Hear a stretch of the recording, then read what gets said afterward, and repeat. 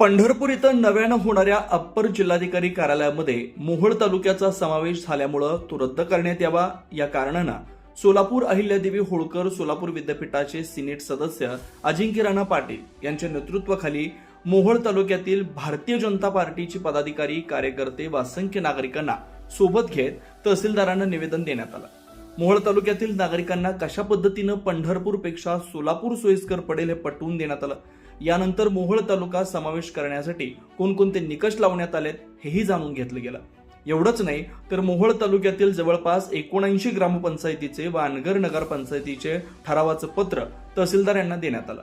या पंढरपूर इथं अप्पर जिल्हाधिकारी कार्यालयामध्ये मोहोळ तालुक्याचा समावेश झाल्यामुळे शेतकरी व विद्यार्थ्यांचे देखील कशा प्रकारे नुकसान होणार आहे हेही निदर्शनास आणून देण्यात आलं। तर असणारे विरोधक हे फक्त फोटो काढण्यासाठी विरोध केला जातोय, तर लोकप्रतिनिधी असलेले आमदार राजू खरे यांनीच हे अप्पर जिल्हाधिकारी कार्यालयामध्ये मोहोळ तालुक्याचा समावेश केला, जेणेकरून ते पंढरपूरच्या असल्याचा ठपका ठेवत आपल्याकडेच तालुक्याचे नागरिक भेटण्यासाठी यावेत असा देखील आरोप अजिंक्य राणा पाटील यांनी केला। तर जिल्हाध्यक्ष उमेश पाटील यांच्यावर सायरा शेख यांनी केलेल्या आरोपांवर मोहोळ तालुक्याबाबत सर्व माहिती आहेच, पण सोलापूर शहरातील लोकांना ते उशिरा समजलं असं विधान त्यांनी केलं। काय सांगाल आज आपण तहसील कार्यालयावरती भाजपच्या वतीने आपण मोर्चा काढून घेऊन आलो आहे। आम्ही सर्व मोहोळ तालुक्यातले सर्व नागरिक, शेतकरी बांधव असतील, भारतीय जनता पार्टीचे सर्व पदाधिकारी, सर्व कार्यकर्ते आज मोहोळ तहसील कार्यालयामध्ये त्या ठिकाणी एक निवेदन देण्यात आलं।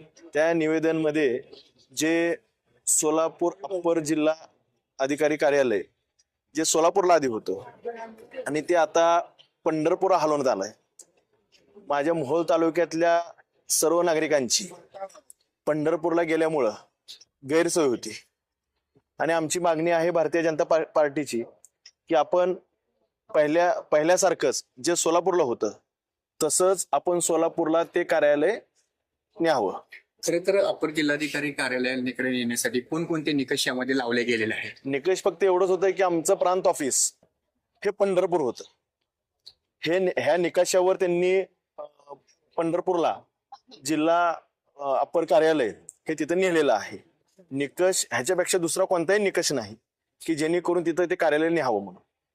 याबाबत आपण काही मोहोळ तालुक्यातील काही ग्रामपंचायती असतील किंवा नगरपालिका असेल याबाबत काही ठराव वगैरे आपण दिलेला आहे? आम्ही जवळपास 79 ग्रामपंचायतीचे ठराव आणि एक अनगर नगर पंचायतीचे असे मिळून 90 ठराव आम्ही तहसील कार्यालयाला तहसीलदार साहेबांना दिलेले आहेत, जेणेकरून त्यांनी लवकरात लवकर जिल्हाधिकाऱ्यांना बोलावं आणि येत्या काळामध्ये आम्ही भारतीय जनता पार्टीचे सर्व पदाधिकारी मिळून आम्ही ह्या विषयावर संबंधित मंत्री जे बावनकुळे साहेब आहेत, आदरणीय फडणवीस साहेब आहेत, ह्यांच्यासोबत चर्चा करून हा विषय त्यांना ह्या विषयाचं गांभीर्य सांगून हा विषय लवकरात लवकर आम्ही मार्गी लावण्याचा प्रयत्न करणार। या निर्णयामुळे अप्पर जिल्हाधिकारी कार्यालयाच्या निर्णयामुळे शेतकरी असेल, मोहोळ तालुक्यातील विद्यार्थी असेल, यावरती काय परिणाम होणार आहे नेमका?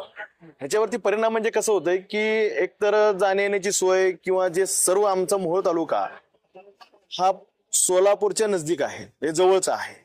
आमची बरीचशीच गावं हा सोलापूरच्या जवळ आहेत। रोज लोक उठतात, सोलापूरला जातात, सगळे व्यवसाय असतील, खरेदी असेल, हे बऱ्यापैकी सोलापूरशी निगडीत आहे आणि म्हणून करता जे आम्हाला दळणवळण सोलापूर जवळ आहे तसं आम्हाला पंढरपूर लांब पडतं आणि पंढरपूरला जाण्यासाठी अनेक अडचणी निर्माण होतात। एसटीची असेल, वाहनांची अडचण निर्माण होती। प्रत्येकाची एसटी हे प्रत्येक गावातून पंढरपूरला जाते अशी नाही, प्रत्येकाला मग मोहोळला यावं लागेल, मोहोळवरून एसटी बदलावं लागेल आणि मग तिकडे जावं लागेल। परंतु मोहोळ तालुक्यामधून प्रत्येक गावातून सोलापूरला जाण्यासाठी स्वतंत्र एसटी आहे, प्रत्येकाला दळणवळण करण्यासाठी सोयीचा मार्ग आहे, रस्ते चांगले आहेत। म्हणून करता आमची मागणी आहे की पहिलं जसं होतं की सोलापूरमध्ये अप्पर कार्यालय असावं, हीच आमची प्रामुख्याने मागणी आहे। सिंगर अप्पर तहसील कार्यालयावरून अनेक वाद प्रामुख्याने समोर गेले होता। तो एक निकष प्रामुख्याने पुढे आला होता की जेणेकरून किलोमीटरचा तो इथून आम्हाला जवळ पडतोय तसा जवळ पडतो विरोधकांकडून होत होता। आता मात्र विरोधक आता त्या पद्धतीने पावले कुठे उचलताना दिसून येत आहेत का? नाही, विरोधकांचं फक्त त्यांचं एवढंच होतंय की कुठेतरी विकास होतोय मोहोळ तालुक्यामध्ये आणि त्या विकासाला कसं अडवायचं किंवा कसं थांबवायचं ह्याच्यासाठी त्यांचा प्रयत्न चालू असतो। परंतु आजच्या काळामध्ये हे अप्पर कार्यालय जे सोलापूर पंढरपूरला गेले त्याच्यावर मात्र कोणी बोलायला तयार नाही. काही विरोधक आहेत, फक्त फोटो काढतात, दाखवतात, टाकतात की बाबा मी काहीतरी करतोय प्रयत्न. परंतु आपल्या खऱ्या तुमच्या माहितीच सांगतो, जे इथले कोण प्रतिनिधी असतील त्यांनीच हे हलवण्यासाठी प्रयत्न केलेला आहे. ह्याचं कारण असं आहे की ते पंढरपूरचे आहेत आणि इथले लोक तिथं माझ्याकडे यावे, त्यांना इथे यायचं नाही, ह्याच्यासाठी त्यांचा हा प्रयत्न सुरू आहे. खरं तर मोहोळ संघर्ष समिती त्यांनी आता या देखील राबवली गेली आहे. त्याच्यामध्ये प्रामुख्याने जे कोणी नेते असतील अनगरच्या विरोधात ज्यांनी एकवटले होते ते मात्र कुठे दिसून आले नाहीत. उदाहरणार्थ उमेश पाटील असतील, विजय डोंगरे असतील किंवा आमदार राजू खरे देखील उपस्थित नव्हते. मी सांगितलं ना तुम्हाला की ह्यांचं फक्त त्यांना राजकारण करायचं होतं. त्याचं एकीकडे अप्पर कार्यालय अनगरला जे सुरू झालं होतं ते शेतकऱ्यांच्या विकासाच्या दृष्टिकोनाने होतं. कुठलंच एखादं शासकीय कार्यालय सुरू होत असेल तर त्याच्यामध्ये शेतकरी कुठल्या अडचणीत येत असतो. आज मोठ्या प्रमाणामध्ये इथे केसेस चालू आहेत.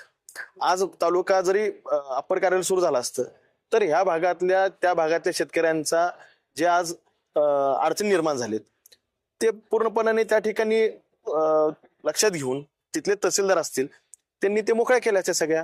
आजची परिस्थिती काय झाली की आज सोलापूरला जे होतं जिल्हा कार्यालय अप्पर कार्यालय त्याच पंढरपूरला गेलंय. लोकांची गैरसोय व्हायला लागली.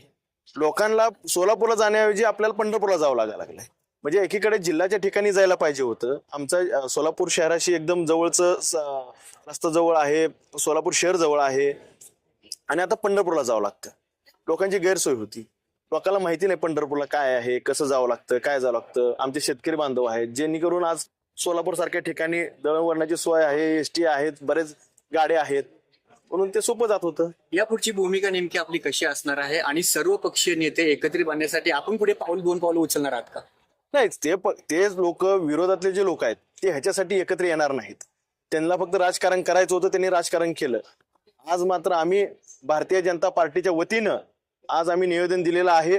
येत्या काळामध्ये आमचे तालुक्याचे अध्यक्ष असतील, सर्व पदाधिकारी असतील, नगरसेवक असतील, जिल्हा परिषद सदस्य असतील, पंचायत समिती सदस्य असतील, सर्व नगरसेवक आम्ही सर्वजण मिळून येत्या काळामध्ये बावनकुळे साहेबांना भेटून, फडणवीस साहेबांना भेटून ह्या विषयाचे गांभीर्य किती आहे हे लक्षात देऊन आम्ही हा प्रश्न मार्गी लावणार आहोत. खरं तर उमेश पाटील राष्ट्रवादी जिल्हाध्यक्ष आहेत. प्रामुख्याने त्यांच्यावरती आरोप होते सातत्याने. काल सोलापूरमध्ये सायरा शेख नावाच्या महिलेने ते हप्त्यासाठी असं अवैध प्रयत्न करत असल्याचा देखील त्यांनी आरोप केला गेलाय. आरोप केला गेलेला नाही. ऍक्च्युली त्यांना सोलापूर शहराला, हे मोहोळ तालुक्याला माहित होतं, सोलापूर शहराला उशिरा समजलं. फरक एवढाच आहे.